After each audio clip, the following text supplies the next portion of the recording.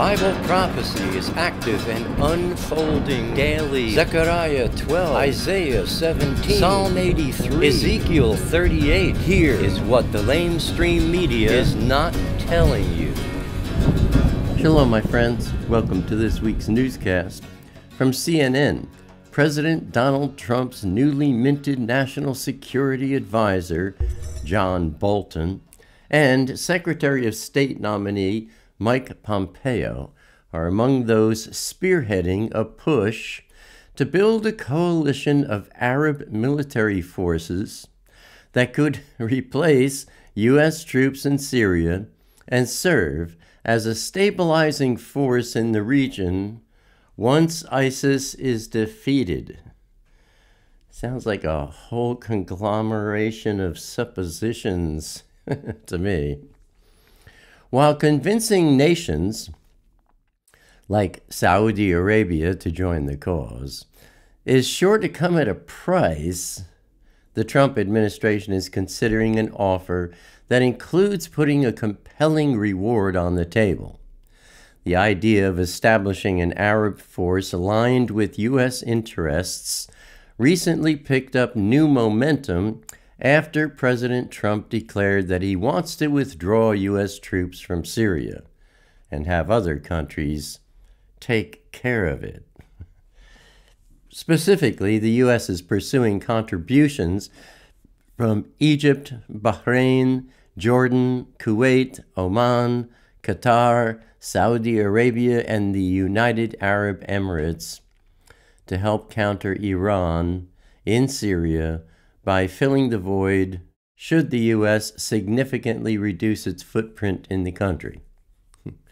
A source close to the White House told CNN last week that despite initial concerns that Trump would withdraw from Syria in the very near term, discussions have shifted toward developing a transition plan that the administration is continuing its push to enlist the help of several Arab nations, including Saudi Arabia, the United Arab Emirates, and Egypt. The same source also confirmed that Bolton recently called Egypt's acting intelligence chief, Abbas Kamel, to gauge whether his country would be willing to contribute to the effort. Israel faces a harsh new world as Syria's civil war winds down. The Iranian threat now is next door, with Iranian military forces already entrenching themselves in Syrian bases within striking distance of Israeli towns.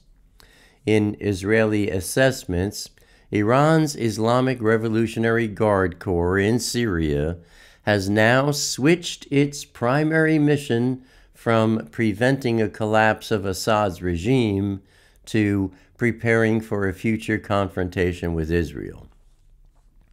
This developing story indicates a strong shift in what we've been seeing escalating in Syria, my friends. In other words, Bible prophecy, Psalm 83, Ezekiel 38, Zechariah 12, Isaiah 17, is certainly escalating and becoming a greater reality. Israel celebrated its 70th year last Wednesday. Happy Israel Independence Day, reflecting something that has never happened in all of recorded history. That is the ingathering of the exiles as promised in the book of Deuteronomy. There were fireworks, concerts, torch processions, and parties throughout the country. Israel has faced many crises since its birth in 1948, including wars in 1967 and 73, conflicts in Lebanon, and endless confrontation with Israeli Arabs, for whom Israel's independence is known as the Nakba, that is, the catastrophe or the cataclysm. It was the day 700,000 people lost what they considered their homeland. And rest assured, my friends, Israeli Arabs were not partying last week.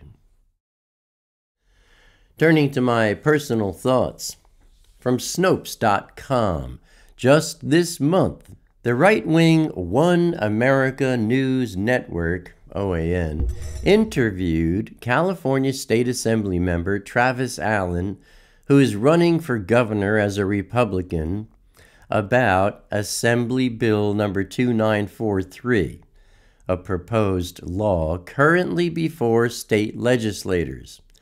Unfortunately, my friends, they both grossly misinterpreted California Assembly Bill 2943 by boldly stating that the legislation would ban the sales of Bibles in California. It surely has created an exciting buzz, but it isn't true. In less than 24 hours, a clip of the interview was viewed 1.4 million times on Facebook and triggered multiple inquiries about its veracity. Again, California Assembly Bill 2943 does not even mention the Bible. It doesn't even mention Christianity, and it doesn't even mention religion at all. So when these people claimed that the legislation would literally prohibit the sale of the Bible, they were stating something that is demonstrably and clearly false. So, not true, I mean, come on. Throughout history, people have tried to ban books of all kinds. Not going to happen in this country. Now, are you ready for this Thursday's live stream? Caregiver and I will be at your beck and call, my friends, this Thursday at 7 p.m. Eastern Time, ready and waiting to answer your questions and or to whack-a-mole or splatter-rat as either occasion arises. Be sure to post any questions you have for me in the comments section under today's newscast. Caregiver will gather them up and pitch them to me as she sees fit during our Thursday night fellowship. Be there at 7 p.m. Eastern Time, Chavarim. And now turning to wars and rumors of wars. On Tuesday, April 17th, from Haaretz, IDF tanks attacked a Hamas outpost in response to shots fired at soldiers near the Gaza border fence. The shots were fired from an area near where protests take place every Friday. Turning to our Intifada update. On Tuesday, April 17th, from the Times of Israel, this month marks the beginning of Israel's dry season. And for the past 5 days, Israeli Arabs in Gaza have attempted to fly kites carrying burning cans of fuel into Israeli territory.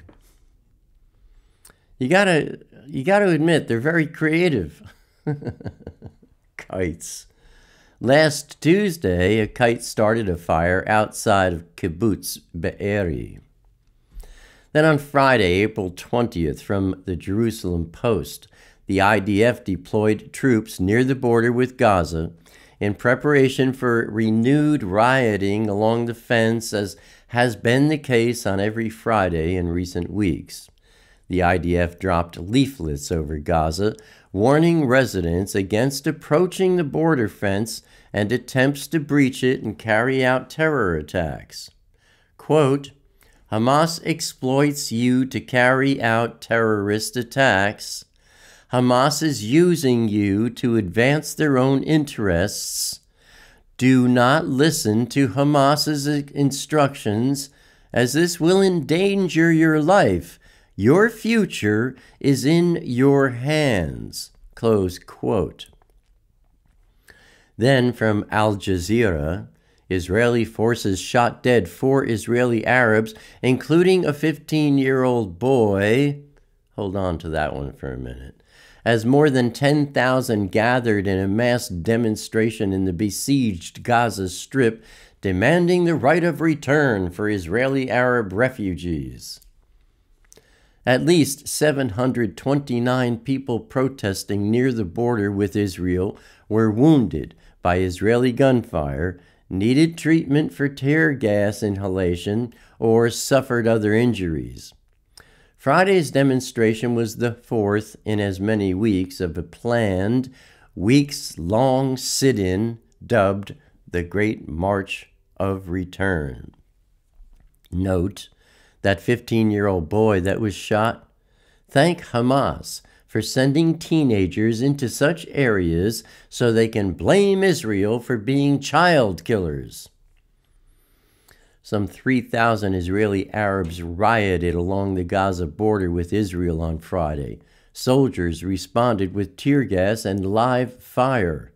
The Hamas-run Gaza Health Ministry said 4 were killed, 445 were injured, including 96 from live fire. Then on Saturday, April 21st, from the Times of Israel, a warehouse in Israel's south was set aflame after a kite equipped with a flaming rag that had been intentionally released by Israeli Arabs in Gaza landed there. Heavy damage was caused to the warehouse. And now looking at our review of last week's news. Israel celebrated its 70th year last Wednesday, reflecting something that has never happened in all recorded history, the ingathering of the exiles, as prophesied in the book of Deuteronomy. President Donald Trump is spearheading a push to build a coalition of Arab military forces to replace U.S. troops in Syria and serve as a stabilizing force in Syria. Iranian military forces are already entrenching themselves in Syrian bases within striking distance of Israeli towns. IDF tanks attacked a Hamas outpost in response to shots fired at soldiers near the Gaza border fence. Israeli Arabs are employing kites to start fires in Gaza during Israel's dry season. Israeli forces shot dead 4 Israeli Arabs as more than 10,000 gathered in a mass demonstration in the besieged Gaza Strip demanding the right of return for Israeli Arab refugees, and a warehouse in Israel's south was set aflame by a kite released by Israeli Arabs in Gaza, causing heavy damage to the warehouse. And that, my friends, is what the LameStream Media is not telling you. Abba willing, I'll see you here again next week. Until then, keep your wicks trimmed and keep your lamps ablaze. Shalom, my friends.